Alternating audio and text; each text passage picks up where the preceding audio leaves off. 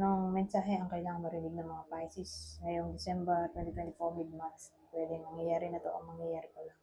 Kung hindi man para sa inyo itong magiging reading, di ba ka para sa someone na malapit sa inyo, sa someone na kakilala niyo mismo, baka may lumabas na gender mamaya, gawin nyo na lang energy, masculine at feminine energy. Pwede rin naman na huwag nyo napansinin ang gender.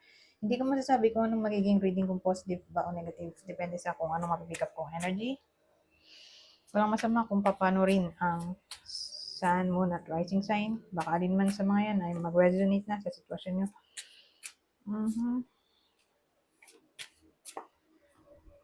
Oh, gusto sumama nito. Ayun, maganda. Buti na lang. Naging 5. Pero 4 talaga yan. Sumama lang to. Itong sun dun sa Hanged Man. So, naging ganyan siya. So, again, Hanged Man to. The Moon, 3 of Swords, Judgment, Hanged Man. Sumama nga itong the sun. Maganda, diba? Buti na lang. Sumama yung the sun. So, probably may nangyaring deception dito.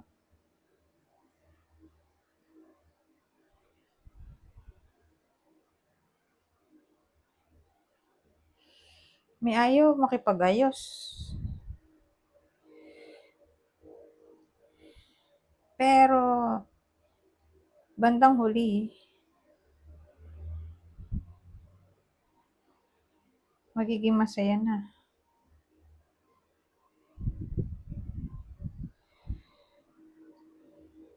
In pain kasi dito, oh. Ito, deception in pain na to. Deception in pain.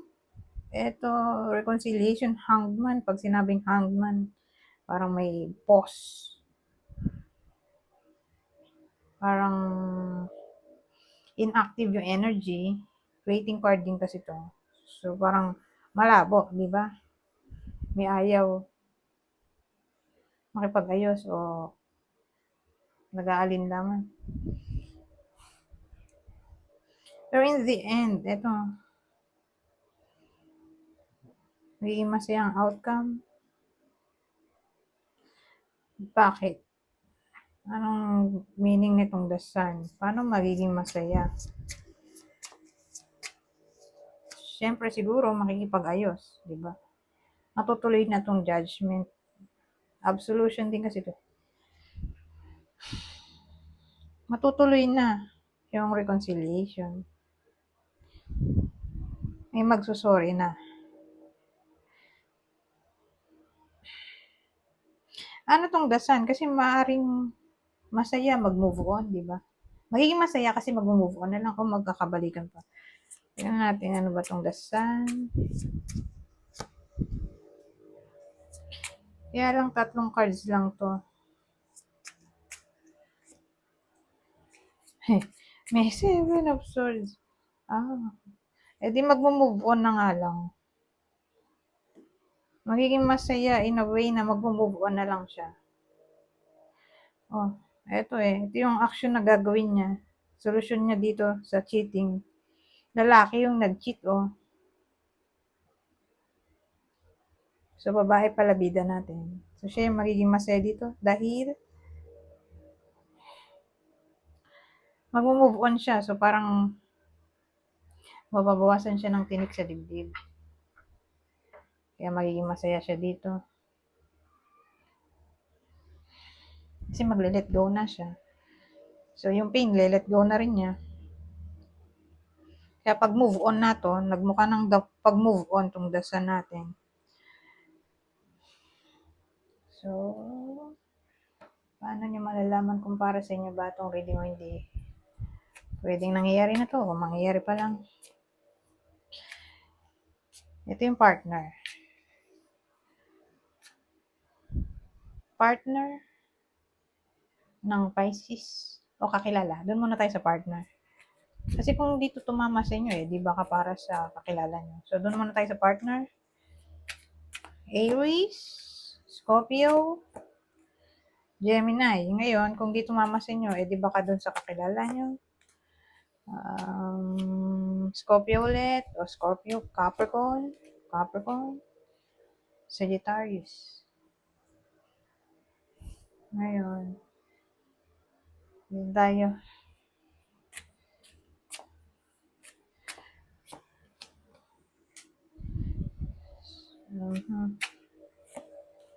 Ay, ano yun? Ladder. Ay, maganda yung ladder. Kaya lang, may puppet tayo o puppet. Ay, nawe.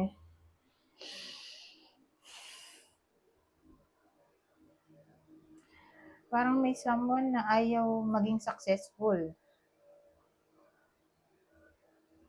OMG. Ano siya, parang crab mentality.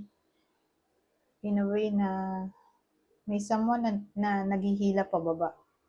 Ayaw niya na may taong umaangat o umaalis o nagiging successful. So gusto niya sabay-sabay o pare-pare silang dukha o unsuccessful o MG.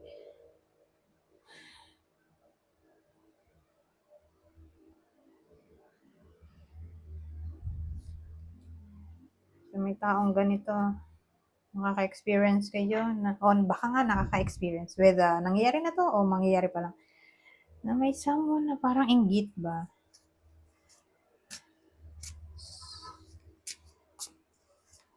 Ayaw niyang maging successful ang iba sa inyo. So, paano niyo makikilala tong taong to?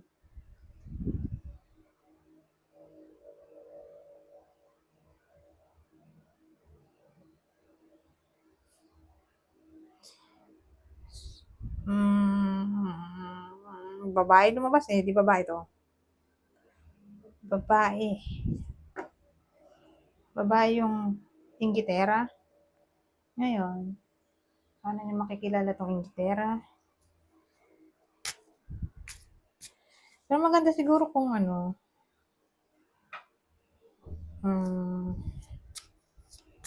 papatayin bang detalye bukod sa babae.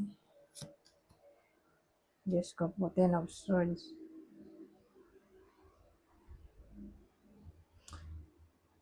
Backstabber kasi to eh. Babaeng backstabber pero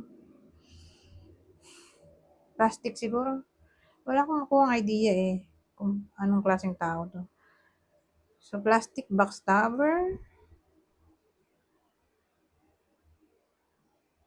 Bully.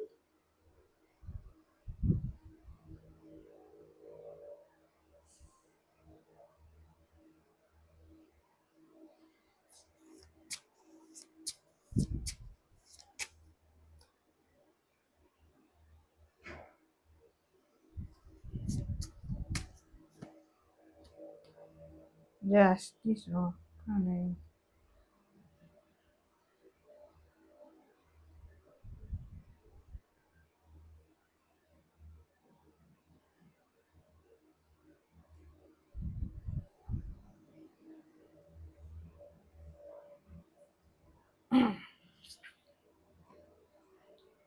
Justice. Ang hirap naman ito.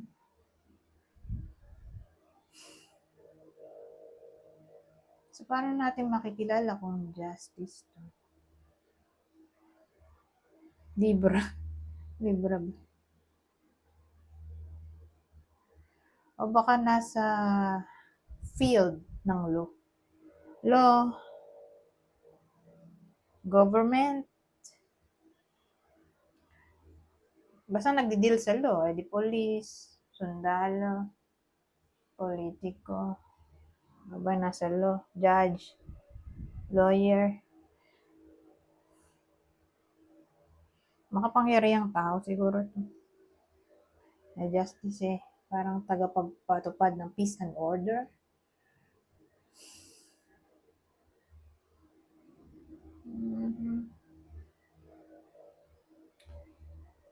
So, doon lang siya tatama sa part na yun. Sabihin nating HR o admin, di ba? Tagapagpatupad din sila ng justice. HR, admin, department.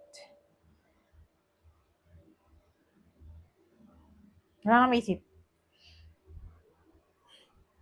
So, yung taong babae na nandun sa field na yun, mga sinabi ko.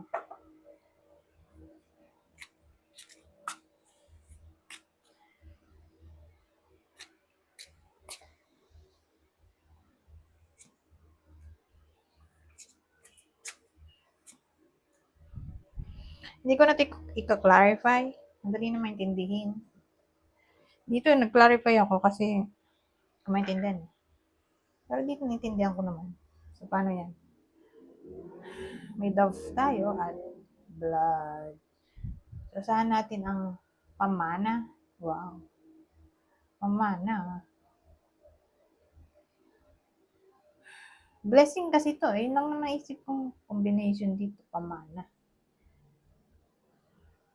So, saan natin ang love and peace? Blessing. Sabihin natin nagkasakit, edi gagaling pa yan. Whether nangyayari na yan, o mangyayari pa lang ba sa nagkasakit, o magkakasakit, gagaling din. Mga nagkaaway, kakabati, newfound friend, pwede. Yun lang naisip ko. Maganda yung blessing. Prosperity. Anyways, ito tayo sa uli.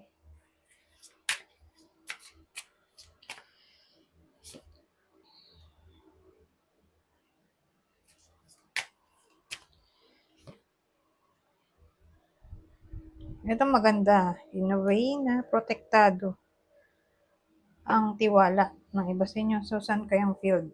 Ano to? Kumaintindihan.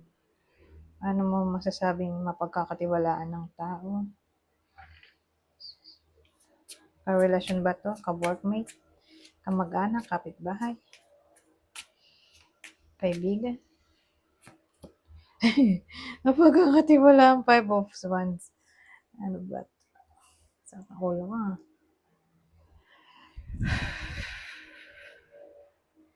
Trust protection.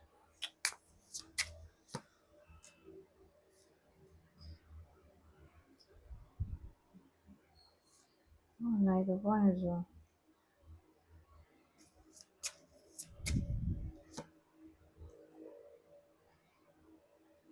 Six of Wands. Trust protection. Trust protection. So, magtiwala sa universe na protektado ka niya.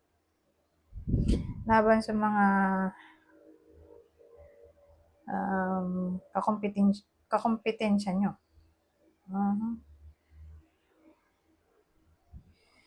Kakompetensya. Ayan tong Knight of Wands.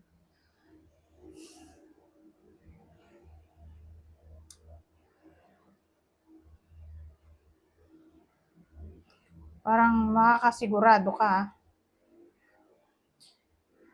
na magiging matagumpay ka laban sa mga kaaway. Protektado ka ng universe mula sa kaaway. Yon. Ito magiging assurance na ka to eh. Na kasi to. Self-assurance na magtatagumpay dahil victory to eh. Card.